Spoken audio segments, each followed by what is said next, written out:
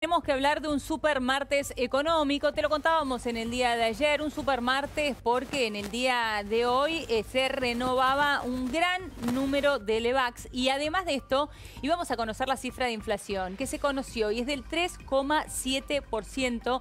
Para el mes de junio, el gobierno hablaba de un 3,5 o un 4%. Lo cierto es que es un número realmente muy alto. Es el más alto de los últimos 2 años. Y de esto vamos a hablar con Juan Luis Burr, economista de la Fundación Fiel, que está aquí con nosotros. Bienvenido. Damián Dipache, analista económico de la consultora Focus Market. Bienvenido, Damián. Un placer. Y también, por supuesto, con Esteban Lafuente y Gabriel Suet, que están aquí con nosotros. Bienvenidos. Muy bien. Esteban, en primer lugar, el dato se conoció es del 3,7%. Sí, es un poco, como bien decías, el dato más alto en realidad el segundo más alto desde que el INDEC volvió a publicar el dato mensual de inflación después de esta emergencia estadística que discontinuó los datos, este 3,7%. Veníamos de un 2,1 de mayo, es el dato más alto desde aquel mes y empujó la inflación hasta por encima del 29%, 29,5% en los últimos 12 meses. Es un dato a tener en cuenta, sobre todo por las implicancias que tiene esto con el acuerdo con el FMI que establece, entre otras cosas, un techo, mejor dicho, del 32% en la inflación de los 12 meses, justamente para que se mantengan las condiciones por las cuales se otorgó este acuerdo stand-by. Claro. Bueno, y uno de los puntos más preocupantes es el alza en alimentos, que sin duda es lo cual le pega a toda la población. Sí, ahí lo que tenés es que, recuerden que con el anterior presidente del Banco Central se ponía como el faro de la inflación, era la inflación núcleo. Y fíjate que la inflación núcleo pegó fuerte en este indicador por fuera de los regulados y estacionales. Ahí nosotros, yo te cuento cuál es la metodología que implementamos y qué es lo que medimos. Nosotros medimos 515 puntos de venta a todo el país y vemos que intermensualmente el promedio de la categoría harina nos dio 28,7%. Intermensualmente. Es un aumento muy alto. 28,7% la categoría harina. O sea, mayo respecto de junio es un promedio de la categoría. Claro. Hay alguna marca que aumentó más, una marca que aumentó menos. En el acumulado del año lleva 87% la harina. Cuando ves ese insumo, representa el 35% de participación de góndola.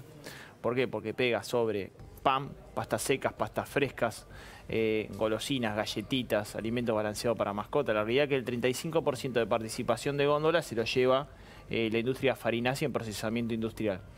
Y después, bueno, tenés otras categorías que también pegaron fuerte aumento, como puede ser aceite 8,8%, té 7%, leche 4,1%, esto es intermensual, ¿no? Sí, o sea, todos por arriba del promedio. Todos por encima, ¿no? Te estoy diciendo todas las que están por arriba del promedio, hay algunas que estuvieron por debajo de ese promedio. Bueno, pero estás hablando de harina, aceite, leche. Sí, eso es lo que te quiero decir, son cuestiones básicas. Claro. Productos muy básicos, ¿no?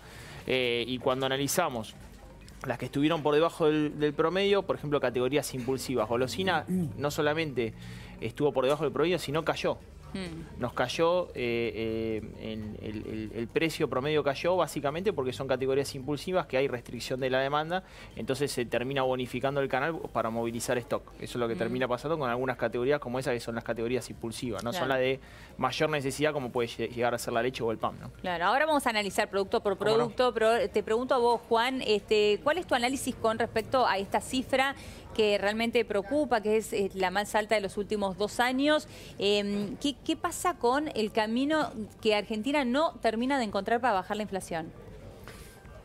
Bueno, mira, el tema es que ahora tenés un cambio en los que son los componentes de la inflación. Hasta ahora tenías las tarifas de servicios públicos, era lo que te lideraba los aumentos de precios. Lo tuviste fuertemente durante el año 2016, más débil en el 2017, antes de las elecciones.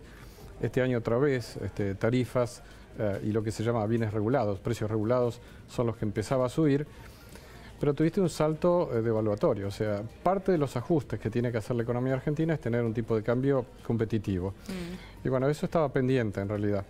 Y este año ha habido un salto muy importante. Estamos hablando que año contra año vos tenés un aumento del tipo de cambio de 70%. 70%, sí. Claro. Entonces eso te tiene que dar un cambio en la dinámica de precios.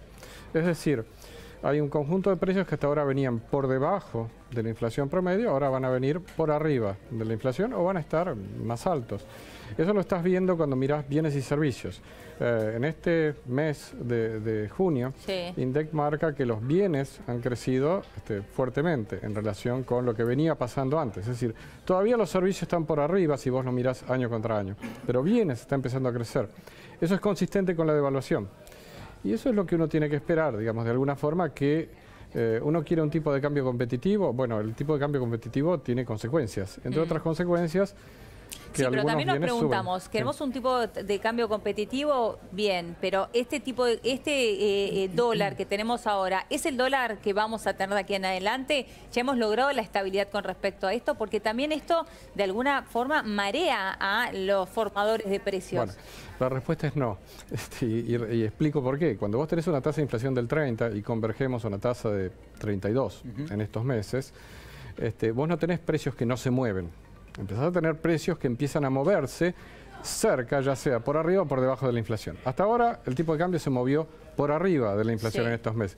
Ahora podría moverse algo por debajo, pero no cero. Si vos tenés una inflación, que de aquí a 6 meses es 15 puntos, 15%, y vos tenés un precio que no se mueve, ese precio se está cayendo 15% en términos reales. Entonces no puede ocurrir eso, a menos que vos quieras tener otra vez atraso cambiario, que es generarte problemas para más adelante. Dicho en pocas palabras, la respuesta es no, o sea, vas a tener tipos de cambio que se van a mover. Eso no significa que el tipo de cambio tenga que ser mañana 30 o 32, significa que de aquí a 6 meses, de aquí a un año, vas a tener un tipo de cambio que no va a ser el mismo que hoy. Lo que sí necesitas es, para estabilizar las condiciones macroeconómicas, necesitas estabilizar el tipo de cambio por algún tiempo en algún nivel. No significa que el nivel tenga que ser exactamente 27, 28, 29, no lo sabemos. Eso depende de, digamos, si vos tenés suficiente ingreso de capitales para financiar esta situación que vos tenés de un enorme déficit fiscal, más allá de todo lo que se está haciendo. Tenés un gran déficit fiscal, no te olvides, vos tenés que financiarlo y eso significa entrada de capitales. Bueno, esos capitales todavía hay que ver cuándo van a ingresar y a qué número vas a estabilizar el dólar. Ahora, tuvimos en estos últimos 6 o 7 años una inflación de las más altas del mundo. Estamos entre los 2-3 países con la inflación más alta del mundo. La tuvimos con un gobierno kirchnerista y la tuvimos ahora con el gobierno de Mauricio Macri, con recetas económicas distintas, con un discurso económico distinto, con alianzas internacionales distintas. ¿Por qué la Argentina tiene este problema? Bueno, porque tiene un déficit fiscal monumental. ¿Pero es el único país del mundo que tiene un déficit fiscal así? 6 puntos del PBI, con un déficit de cuenta corriente de 6 puntos del PBI, perdón por poner números técnicos, pero el punto es, vos necesitabas para financiarte, para poder pagar, para que el Estado pagara todo lo que tiene que pagar, necesitaba algo así como 36.000 millones de dólares por año que alguien se lo prestara. De pronto no aparece nadie que se lo preste, tenés que devaluar porque, digamos, es la forma de poder licuar gastos, eso ponelo bien claro que es así, y eventualmente conseguir que alguien empiece a prestarte. Efectivamente fueron, en realidad llegamos algo así como desde el 2007 al 2018, llegamos 11 años de muy alta inflación. Llevamos, de esos 11 años, hay 8 años de un desorden creciente porque allá por el 2006 todavía Argentina tenía cierto equilibrio fiscal y se fue a un desequilibrio muy grande allá por el 2015. En ese contexto, digamos, tuviste una alta inflación producto de que, bueno, vos, digamos, básicamente lo que fogoneabas la demanda, que la gente pudiera comprar, fantástico, pero reducías la oferta al mismo tiempo, es decir, matabas al productor y entonces no había